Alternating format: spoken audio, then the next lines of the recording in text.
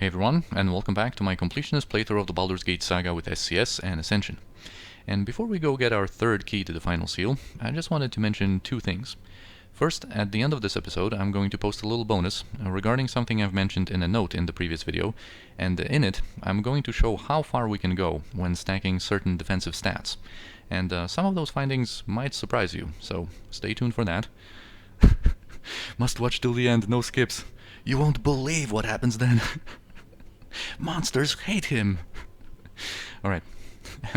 The second thing is that we have some level ups to do, and one of those level ups is going to be very important. Yes. So first, a level 25 mage on Senashira. She's going to get an additional level 8 memorization slot and her final high level ability.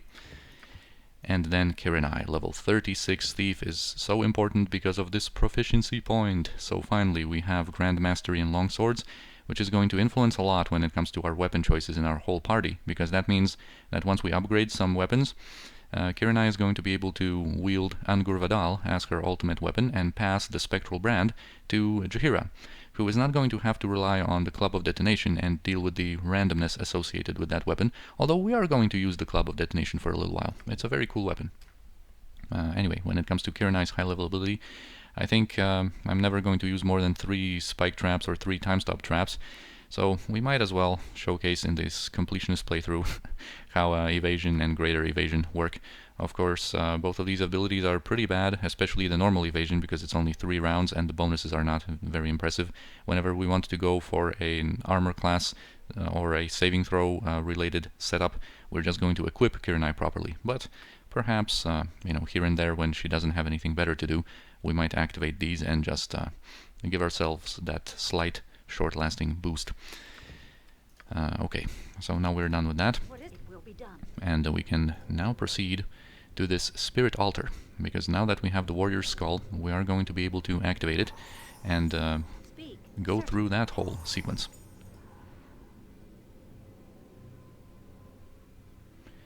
And we can activate the magic of this altar, and we're going to be transported somewhere else.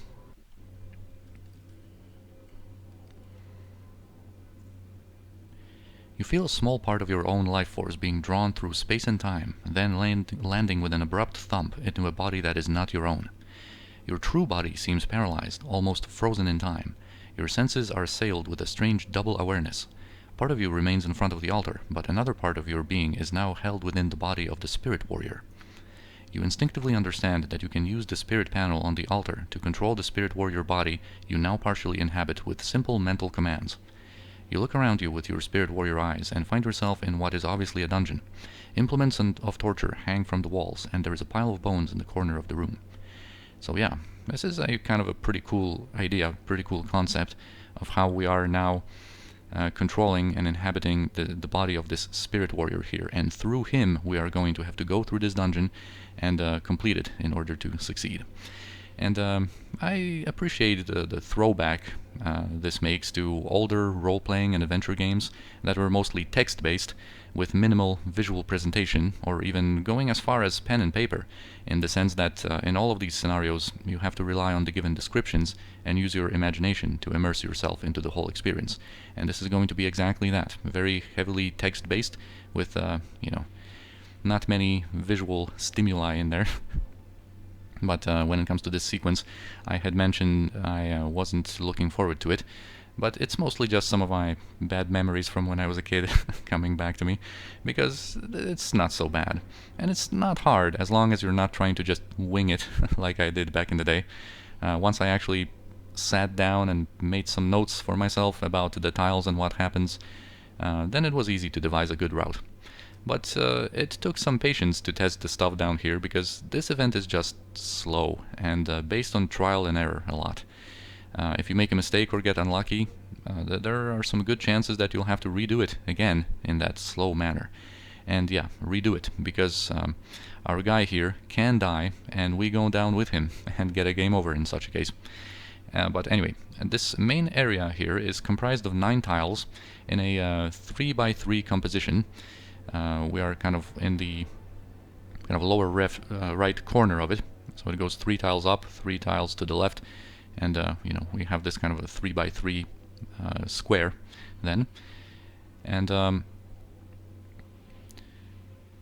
There's also a separate passage at the end, also consisting of 3 tiles, but we're going to get to that later. And you can approach the whole situation here in 2 ways. One is to go straight to the end and avoid all fights and just to get this over with, which is something I usually do when I play by myself. And we're going to show that kind of route up to a certain point here. But there's also the completionist type of approach, and this is what we're going to do here. We're going to explore everything, do all fights, and acquire all items, thus getting all of the experience you can get here. And you don't actually have to fight everything, because you only get experience through certain events, but I am going to. And there are many ways to go about the map to achieve all this, but I'm going to present my route, which I think is the best. And yeah. One last thing to mention is that in the classic Baldur's Gate 2 there's a little Easter egg here. If you manage to activate the map, you are actually not going to see the map of this area, but a picture of the Baldur's Gate 2 development team. And it's not in the Enhanced Edition, as I hope the recording will show, because of course here if we press our map hotkey or try to click anything, we are in dialogue mode, so we cannot access the map. But there is a certain kind of trick that you can do to get a glimpse of the map for just a split second, and as you will see in the Enhanced Edition, this is just the map of the area.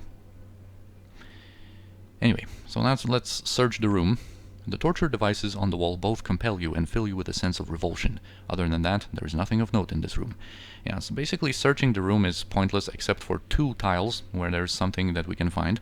And anyway, when it comes to my route, we're first going to go to the north. And if you spam your map hotkey here, when you press it, I hope the recording showed there that we did get the map for just a little second. And yeah, but that was just the map, not that picture. Anyway, here we have a fountain with sparkling clear water.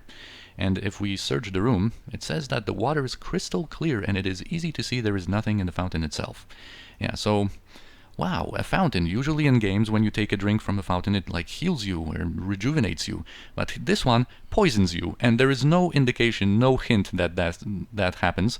So we just have to avoid it and just know about it. We're going to exit to the east here. And here we're going to find a seemingly empty tile. Here we are in the center of that kind of 3x3. Now we can see everything. Of course, also kind of a little annoying thing when you first explore this area is that you cannot move your screen, of course. But anyway, when we search this room, stuffed inside a hollow bone in the corner is a scroll inscribed with an unfamiliar incantation and a picture of a gibberling. You decide to save the scroll for later and place it inside your pack. So yeah, this is going to be important. And we also, this is something that I didn't know back in the day, but yeah, you can scroll up and see that we got personalized experience, and we are going to be able to get quite a bit of it if we explore everything there is to explore in this area. So yeah, basically why we are going here. First, we want to get to the bracers that are going to improve this Spirit Warrior's Thaco, and this is something that you can get without any fighting involved. So before doing any fights here, we're going to just equip ourselves a little better. So we're going to exit to the north. This tile is empty, nothing happens here. No fights, no searching. And when we go to the east, we are going to be able to search a drawer. Yeah, this room is empty, save for a small desk of fine oak in the corner. There is nothing on top of the desk, but there is a single small drawer which draws your attention. And we can, search the room. It's not going to reveal anything. If we open the desk drawer, there's a chance that we are going to get poisoned. So we'll see. Through mental commands, you instruct the Spirit Warrior to approach the desk and open the drawer. The desk is coated with a powerful contact poison. Fortunately, the hardy constitution of the Spirit Warrior's body allows you to shrug off the effects of the deadly toxin.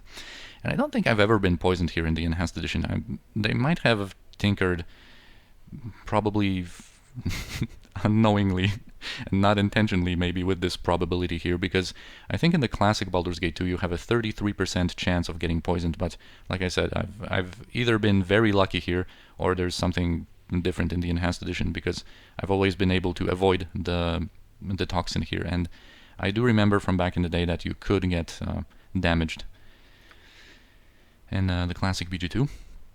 Inside the desk are a pair of bracers. You strap them on and feel an instant increase in the combat skills of your Spirit Warrior body. Yeah. So without any fighting involved, we can get equipped a little bit. And now we're going to go back. We're going to go west twice. Oh yeah, and by the way, on the left here you can see that separate passage. These 3 tiles that lead to the exit. This is the final tile. Yeah, basically, if you go this way to the desk and just approach to the end, you are going to be able to avoid a fight with that scroll we picked up and on this tile, and then just go to the end, fight the final fight, and usually you can win without really getting any equipment here or anything.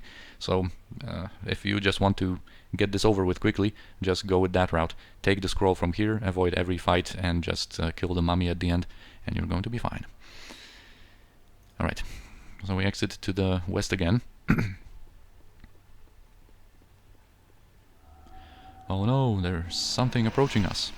As we enter this well-furnished room, a spectral figure in rotting rags materializes near the far wall. It points an emaciated, crooked finger in your direction and glides toward you.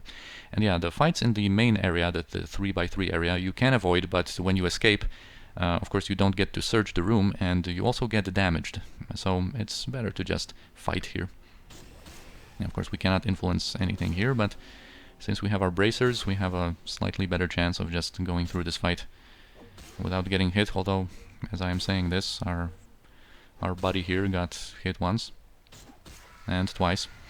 He actually has 50 HP, so got hit twice for 2, so we're still doing very fine. With the ghost vanquished, you notice the many furnishings of this chamber. A table, desk, bookcases, and several chairs fill the room. There is a small chest in the corner, so let us open the chest. Inside the chest is a magical helm. You place it on the head of your spirit warrior body, knowing the extra protection will come in handy. Yeah, this improves his armor class. So now we have the gear we need, both the bracers and the helm. Now we can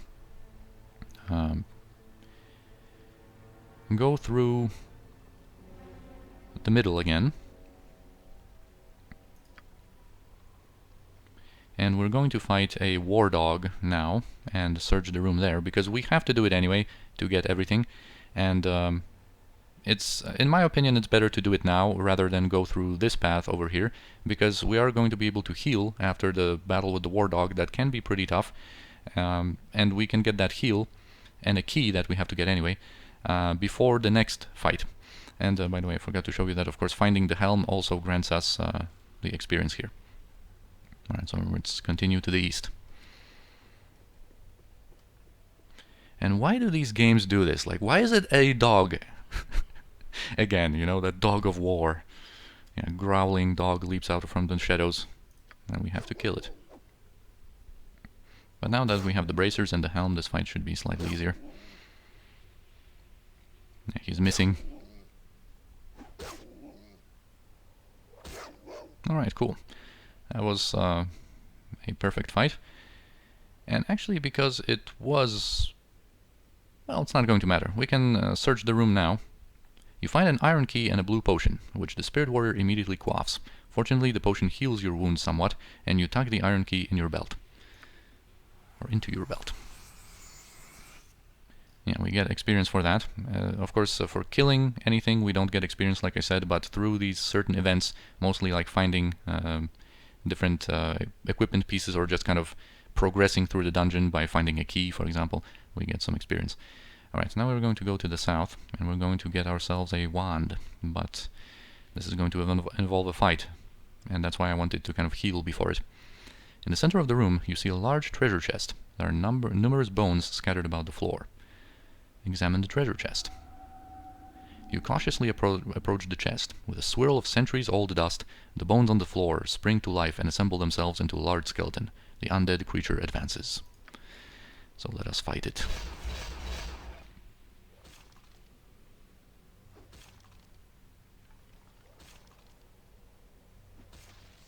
Boom. Looking at the shattered bones of the defeated skeleton on the floor of this room, you are certain the Guardian will not rise again. You may approach the treasure chest without fear.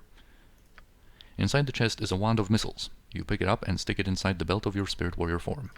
And it's going to come in handy later, and it grants us experience.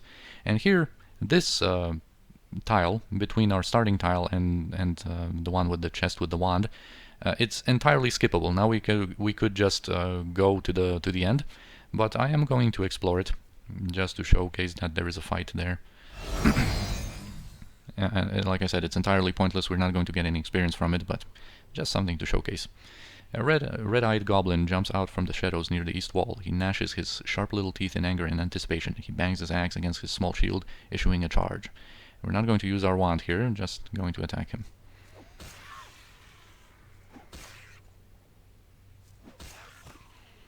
And yeah, we gain nothing out of it, just the satisfaction of killing a goblin, I guess. So let's go back to the start. And from there we're going to progress to the end. We are well equipped now with our bracers, with our helmet, and with our wand. We also found that key, and we are basically fully healed. And even if we weren't, it wouldn't matter, because thanks to that key, before the final fight we are going to be able to get a big heal.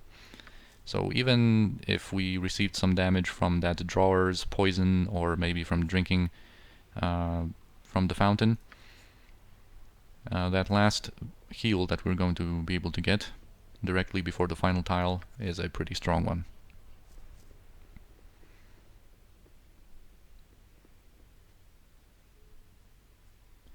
A rabid gibberling rushes from the shadows to attack you, its small body a mere blur of fur and teeth. It moves with such furious speed that retreat is not an option. And now, Senashira, remembering how deadly a gibberling can be, is going to order the spirit warrior to scare him away with this scroll, with a gibberling picture on it. So hooray, with the gibberling disposed of, there is little else of note in this room, and we actually get experience for using that scroll. So basically, you know, searching that one tile in the middle is so beneficial because you get experience for finding the scroll and then for using it on that gibberling. So anyway, to the west.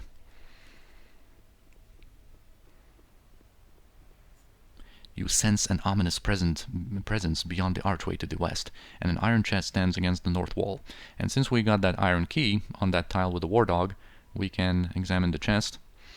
Using the iron key you found earlier, you unlock the lid of the chest. Inside is a blue potion. Instinctively, the body of the spirit warrior seizes the potion and drinks it down, causing your wounds to heal greatly. Yay! And we get more experience for that. And now we go through the ominous archway. As you approach the door, a disembodied voice fills the chamber. The crypt beyond awaits. Once the threshold is crossed, there is no return. Yeah, abandon hope, all ye who enter here. Pass through the arch and enter the crypt. Oh, you can feel the final fight, the final boss approaching. The smell of ancient death permeates this room. Standing upright against the far wall is a stone crypt with an archway leading into darkness. Carved over the archway is a hand with a single unblinking eye gazing out from the palm, the symbol of Helm. From within the darkness of the crypt comes the sound of slowly shuffling feet. The sight of a desiccated corpse wrapped tightly in bandages emerging from the crypt comes as no great surprise. You sense this is the final confrontation for the spirit warrior and realize retreat is not an option. Here we can use the Wand of Missiles to deal a little bit of bonus damage, and then the fight is going to commence. And we should be able to deal with it no problem. Boom! As the mummy falls, the symbol of Helm erupts with a blinding light. You feel the body of the spirit warrior dissolve, and your life force rushes back to your true body. As your life force is made whole, the strange force immobilizing your own body releases you. You notice a large key in your possession that was not there before. And yeah, that's how we get the third final seal key. We get experience for finishing the whole event.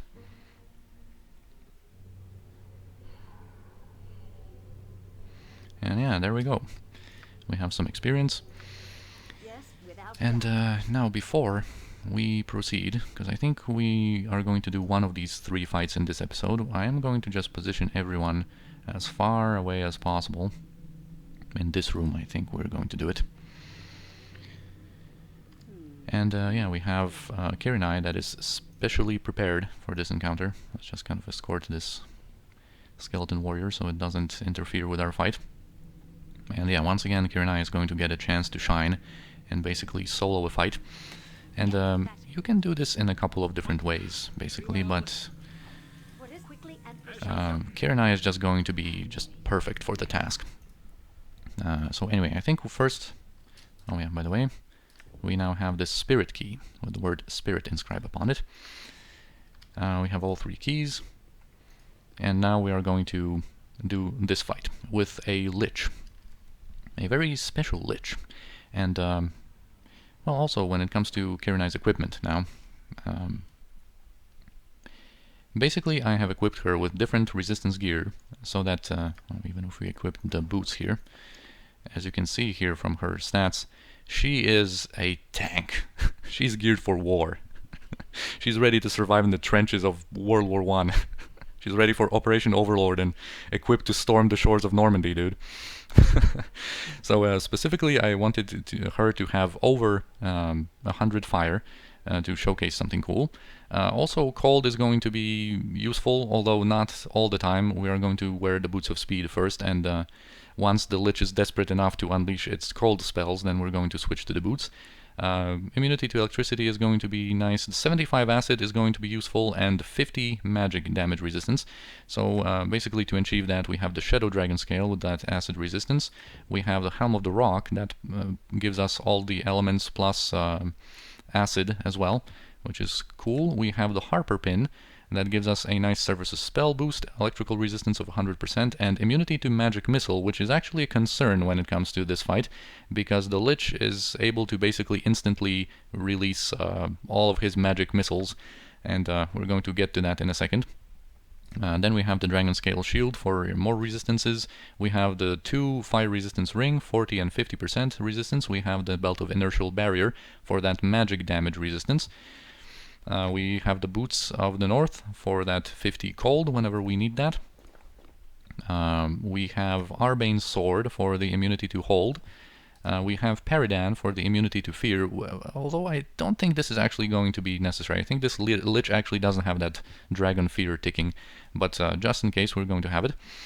And also she has some other stuff prepared. She has both of the wands, like the Rod of Reversal to dispel the Lich's protections, and then the Wand of Spell Striking for breach, if that's necessary. She has Daystar, she has the Skull of Death to be able to unleash Death Spell, and she even has more Scrolls of Death Spell, just in case, to get rid of some Mordenkainen swords. She also has the Shield of Harmony, also for the immunity to hold, because we'll see how the situation progresses. We might either want to use Arbane's Sword, or we might want to switch in the Shield of Harmony and go with like Daystar. We'll see how the situation goes. She has her Throne Dagger. If you didn't want to use the Harper pin, or if you don't have it, of course, just using the Amulet of Spell Warding and then putting on the Cloak of Reflection, the one that gives you 100 electrical resistance, is going to achieve a very similar effect. And she also has this Potion of Magic Shielding, just in case when the going gets tough and the Lich starts unleashing horrid wiltings one after another, we might chug it and kind of make ourselves immune to that damage. And this is going to be dispelled shortly after by the Lich, but it's going to perhaps allow us to stabilize. I am purposefully not healing her to full, just to showcase something cool. And geared with all this, she is now prepared. And let's just summon the Lich, see the fight first, before we talk about him and what he can offer. Of course, for placing all of these keys into the locks, we are going to get even more experience. This is where, all of the experience bombs of Watcher's Keep start exploding. Anyway, let's turn the key and summon the Guardian. Alright, so here we have the Lich, Azamantes, with his 3 companions, the Flaming Skulls. One of them is up there. And basically, let's talk about this Lich for a moment. So he is level 33 and has 180 HP, and he has 100 resistance to fire, cold, electricity, poison, and 50 to acid. He also has 95 magic resistance and 20 physical resistance. Also in SCS, he has the Robe of Vecna equipped for an additional 10% magic resistance, and of course primarily for that increase in his casting speed of 4. And he is always an invoker, loaded with a variety of damage spells, including Dragon Breaths, Comets, and everything else in the game's arsenal. So he is kind of an ultimate Lich in many regards. And in a normal fight, what usually happens is that with his increased casting speed and improved alacrity that he always has, he can fully dispel a character within seconds and then bombard them with damaging spells and destroy them in a million ways. And of course, to deal with that, you can always, bamboozle him with some summons, or use the Cloak of Mirroring, or just run away whenever he gets his improved alacrity, because of course he's a slow-moving Lich. But we're not going to do any of that. We're going to just stand there and take it. However, we're not going to do it with a mage stacked with magical protections, but a thief with use any item. And Kiranai, like I said, is just too perfect for the job not to use her. Although you could use other characters because the other characters also have their advantages. Like, of course, Jaheira can equip her Harper pin for that magic missile immunity and the electricity immunity. Animan has Turn Undead, which would be useful against these skulls, for example, or even killing Azamantes himself. I think at such a high level of Turn Undead of Animan, I think he possibly could do that. Or like, Saravak, of course, they are able to equip all of the different fire resistance gear. They can equip the Cloak of Reflection. The problem with these characters, though, is that they cannot use the Wand of Spell Striking. And Kiranai can just, have it all. She can equip, all the resistances. She can have both wands. She can use some scrolls if necessary. She is just, like, way too ideal for the job not to use her here. So anyway, let's see what the Lich is going to start here with. Alright, so he has immunity to abjuration, spell shield, and spell turning. So all that. Oh yeah, of course. Kiranai can also detect illusion to to dispel the Lich's improved invisibility and be able to use the Rod of Reversal and whoops, I had Jaheira selected there. Anyway, I wanted to showcase something here. Because these flaming skulls, of course, have an assortment of fire spells, primarily incendiary clouds that they're going to unleash, also some fireballs and those magma balls and flame arrows. They are going to be actually very useful for us, and we're going to let them live for now. We have seen them a little bit in Yagashira's place, but just to refresh our memory, they are immune to fire. They are actually 100 like vulnerable to cold. They have a minus 100 or negative 100 resistance to cold.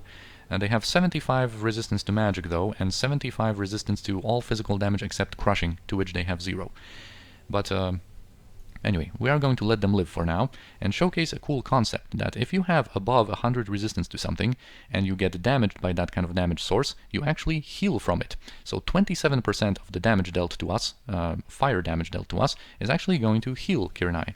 So she started at 121, she got damaged by some physical damage here, but didn't actually lose that much HP, and once they actually start unleashing their incendiary clouds and whatnot, she is going to be able to stand in those and just keep healing. And that is going to be pretty cool to showcase here. Yeah, magma balls, fireballs, and she's already healing 124 now. Yeah, now we have another incendiary cloud, and yeah, the Lich casts improved alacrity. So just to give ourselves a better save versus spell, which is also pretty good on Kiranai, although we haven't gone too hardcore with it. It's -1. We might as well use Evasion to improve it by 2 for the duration of this improved alacrity. And here I am going to switch to Arbane's Sword, because I think it is true that this Lich does not have that dragon fear on him, which he should have, but for some reason, yeah, he is unique in the fact that he doesn't have that fear associated with him, so we can just switch to Arbane's Sword in case a Big B's crushing hand comes at us. So at least that's not going to hold us. And yeah, now with Evasion we have a slightly better save versus spell, and yeah, the improved alacrity now. With the improved casting speed of a Lich, that means that a lot of his spells are going to be instant. Because how that works is that when we have a casting time of a spell, let's just have time stop here with a casting time of 9. That means that it takes the majority, almost the whole round, to cast it. So almost the entirety 6 seconds. The entire 6 seconds, I should say. Improving casting time by 4 means that this is cut down to 5, which is just half of the round, which means 3 seconds, so that's a big increase.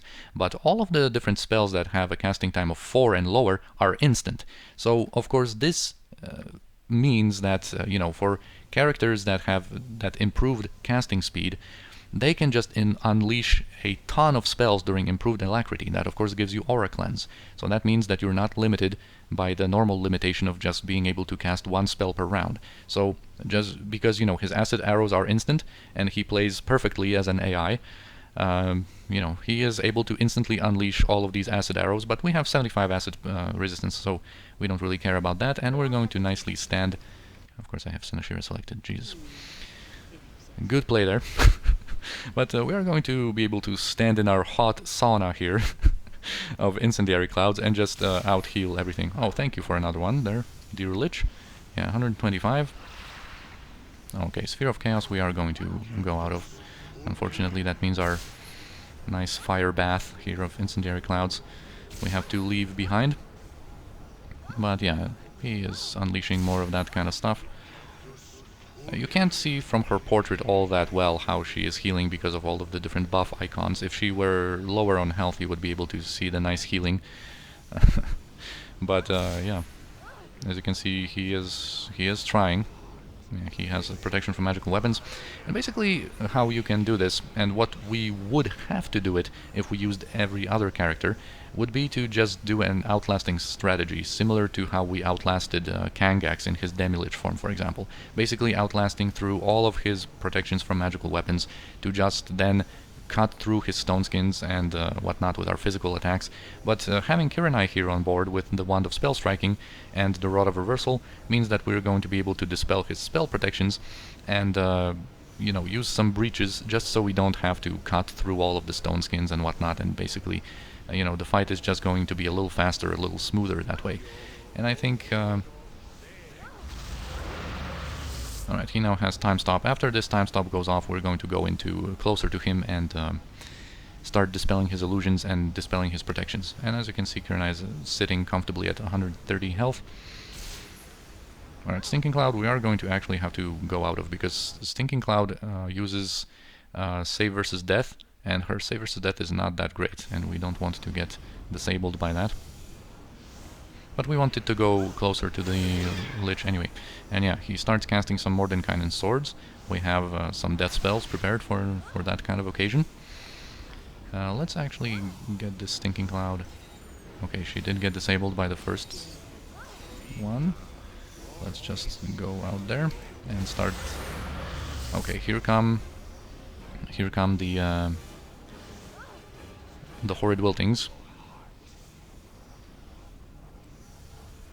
And now we have a situation. We can either use the potion of magic shielding to make ourselves immune to the next horrid wilting, but then this magical sword is going to keep hitting us. But we can kite it, so I think I am going to do it, just to use some of our resources. Get that potion of magic shielding. Now we have 100 magic damage resistance, and the Lich is going to have to dispel us first. And now that he doesn't have improved alacrity, it's going to at least take one of his round. Well, it would.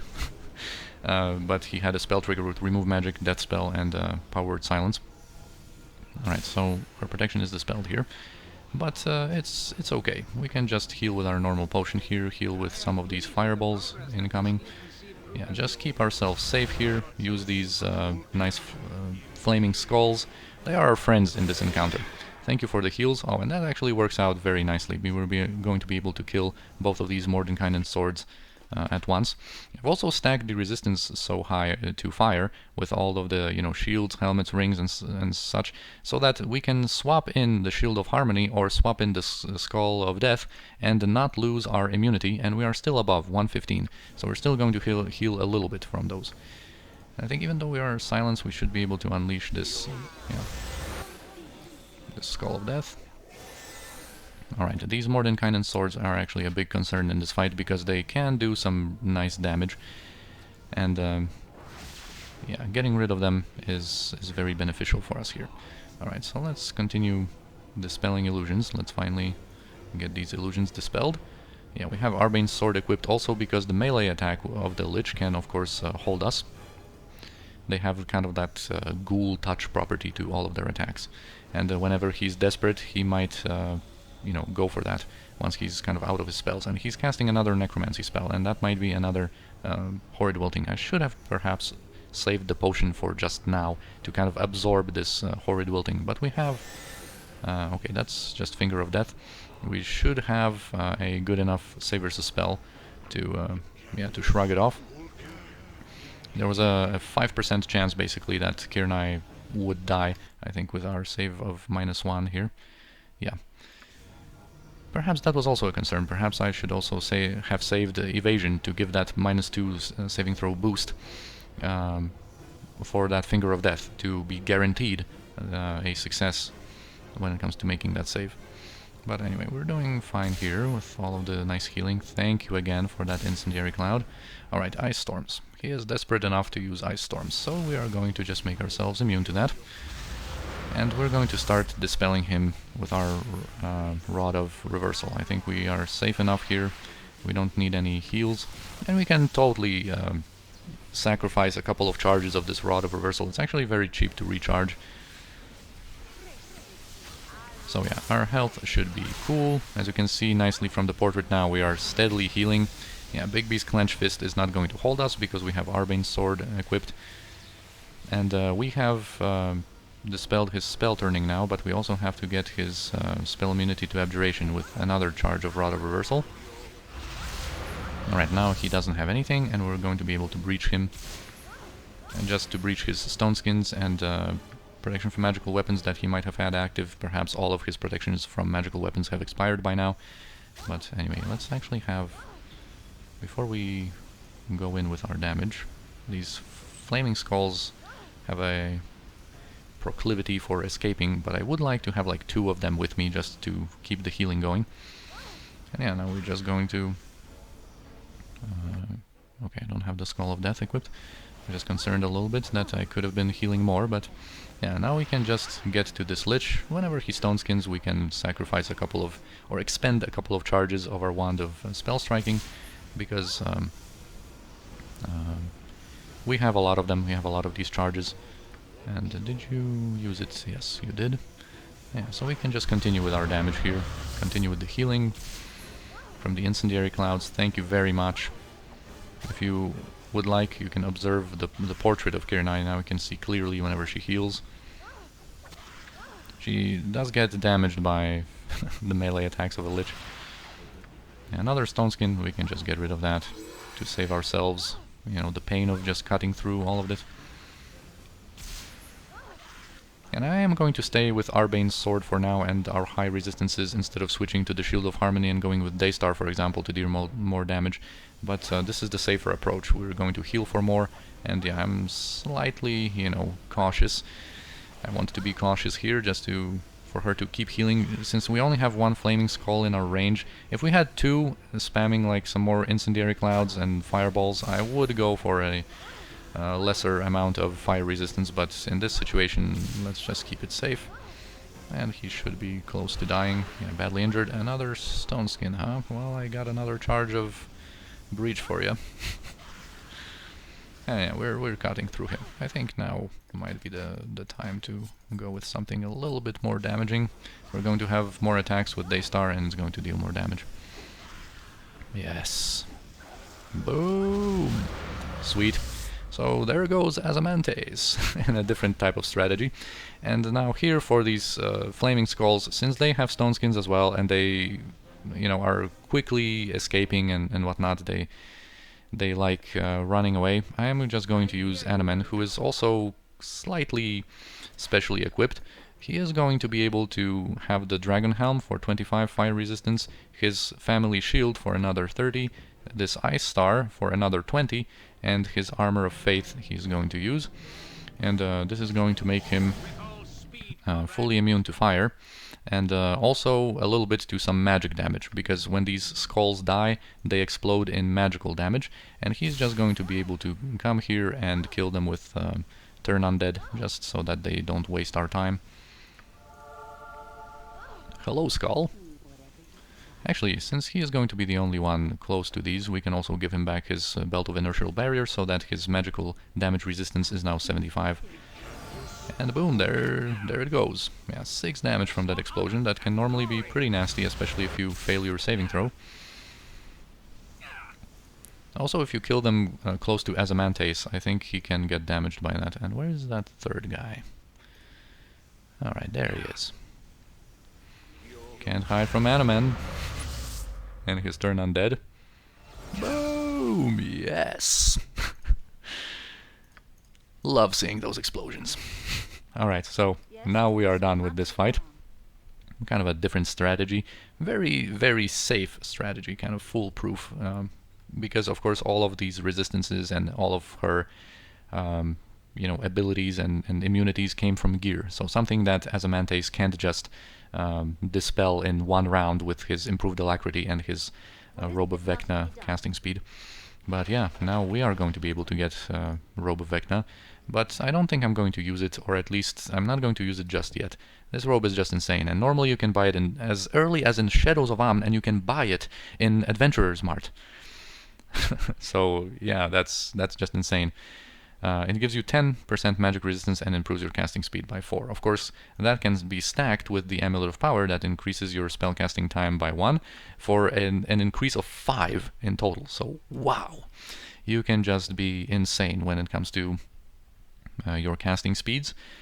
So yeah, I think I'm going to save it for now. Perhaps we're going to use it, and probably on Imoen, not on Senashira, but probably on Imoen we're going to use it. Then he also had Erin's Sling, which is basically the best sling in the game and upgradable. We're going to upgrade that. And we have the Serpent Shaft, which is a quarterstaff now, but it's mainly an upgrade ingredient used to upgrade Ravager. So we are going to now have access to the upgraded Ravager. And Saravok is on his way to Grandmaster in Halberds, and that is going to be his ultimate weapon, I think. So yeah, that's been one of these fights from the final seal. We are going to do the 2 other fights in the next episode. But also, after all of those fights are done, I am going to have a little surprise, something a little bit different that we're also going to showcase. And this is going to be the end of the regular episode, but as I said, stay tuned for that little bonus at the end. So thanks for watching, and I'll see you next time. Hello everyone once again. In this bonus segment I'd like to showcase how far we can stack certain defensive stats and how wonky the Enhanced Edition can be when it comes to dealing with different sources of such buffs and effects. And first we're going to examine saving throws, which is something that I mentioned in the previous episode as a strategy that is viable in certain situations, and I would like to showcase it in the future. But anyway, here we are on a separate save where we went outside of Watcher's Keep to buy a scroll from Sister Garlena and also to rest, making sure that Kiranai didn't have any magical buffs active on her at this time. So just from her gear, we're going to be able to already achieve some good effects when it comes to stacking saving throws. I basically equipped everything we could on her that gave her a boost to saving throws. So we have +1 to all from the Robe of the Good Archmagi. We have another +1 boost from the Helm of Baldur. And then from the Harper pin we can get a save versus spell boost of +5. If we don't have the Harper pin, or if you don't want to use it, the Amulet of Spell Warding can provide this type of effect to a bit of a lesser degree. When it comes to her weapons, we have Phobane that gives a bonus of +1 to all saving throws, coupled with the Shield of the Order that gives us another +1. The same effect could be achieved with the Staff of the Magi, giving us a +2 bonus on a two-handed weapon. And then we have our Ring of Protection +3 with a big saving throw boost there, stacked with the Ring of Gax with another +2. And then from the Belt of Inertial Barrier we have a nice boost to our save versus breath. And finally from Montolio's Cloak we have another +1. So that is just from gear and no magical buffs active. Her save versus spell is -10 or -10, and her other spells are pretty nice as well. Now this is going to be able to be stacked even further when we use some magical effects and spells. So here we have prepared the Potion of Invulnerability with a +5 boost, Potions of Stone Form, which are going to give us +3 every time we use them, and I also want to use them to lower the Kiranai's dexterity just for something to showcase later. Then from Blur we get a +1 bonus to all saving throws.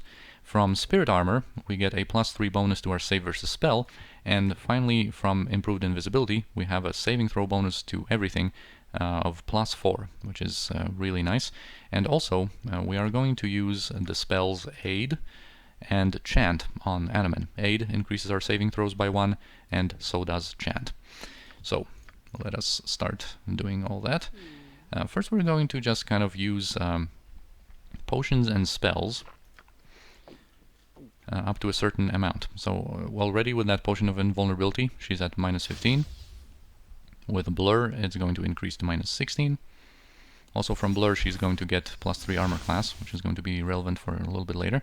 Yeah, so she is at -16 save versus spell. now we are going to use Animan spells just for a moment here. Let's cast Aid on her. This is going to give her a +1. So she's at -17. Chant is going to add 1 more to that.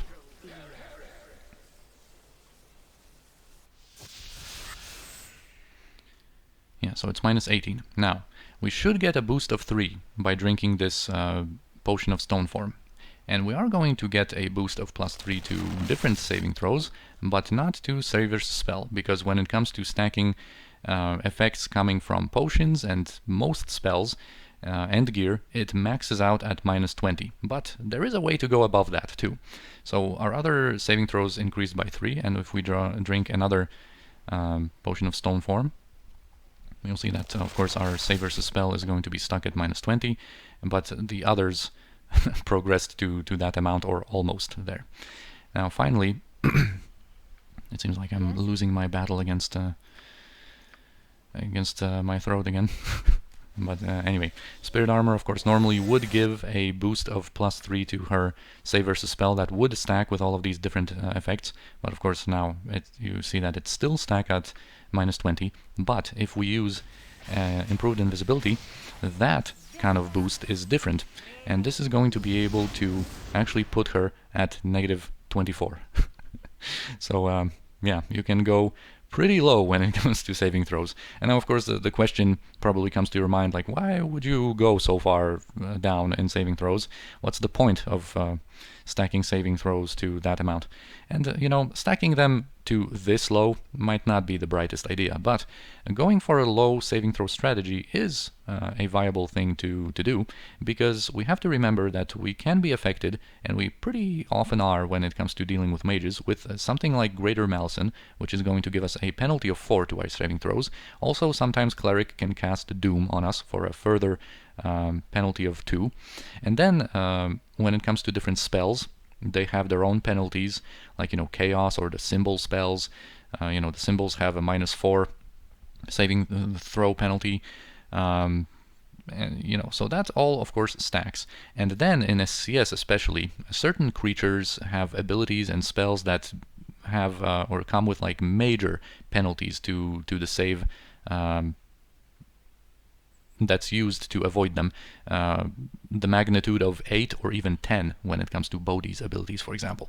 So having all of that in mind, it is viable to go to maybe like -10 or -50 with your 15 with your Save versus Spell to be safe against these spells that are avoidable through saving throws. But of course, this is not a foolproof strategy, because there are spells that allow no saving throw, or spells that still do something even if a saving throw is made.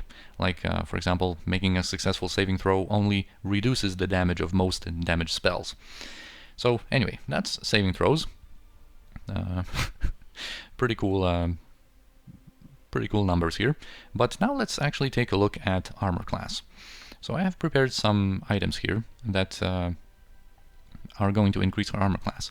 And, you know, before, I think I said that it capped at -20, which is generally true, but it's actually a little screwy in the enhanced editions, like I said, and it's going to be similar to the saving throws, where it seems that armor class you can get from spells and gear caps at -20, but with the bonuses coming from dexterity, you can actually push it to -26.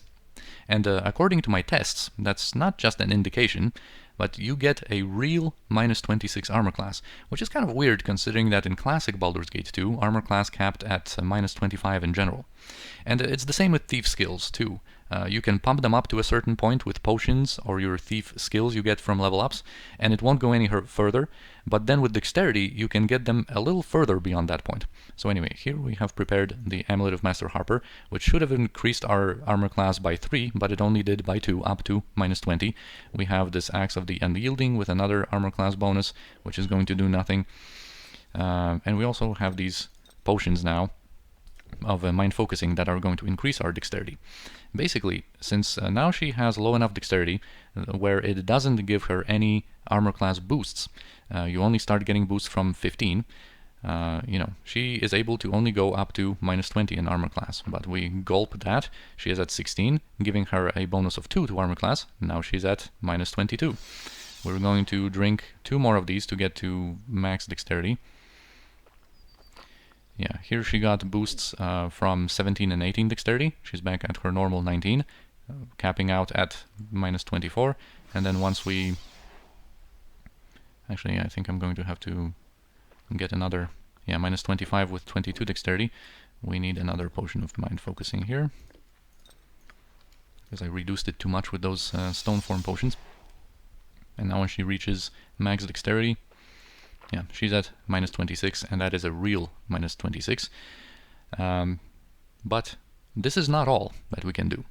Here we are at -26 or -26, but we can effectively be even more difficult to hit if we use improved invisibility and protection from evil, because those give us an effect from a different category. They make the enemy's rolls worse, so we can actually have an effective -30 armor class or even -32 against evil opponents. And I've tested the hit rolls and it's all properly implemented, so we'll have to put it to action in some fights. But as you'll see, even such extreme armor class amounts can be overcome by some of the enemies we'll encounter soon. But yeah, now that she has improved invisibility active, she is effectively at you know, -30, although it is not indicated on her armor class amount here, because it's a different type of effect. It decreases the rolls of the opponents against you, so it's technically a little different. And then if we cast protection from evil from Enemen, this is also not going to be reflected on our character sheet in the armor class department, but it does work against evil opponents. They are going to have a -2 penalty with their attack rolls against characters affected by protection from evil. So you can stack it pretty high, you know.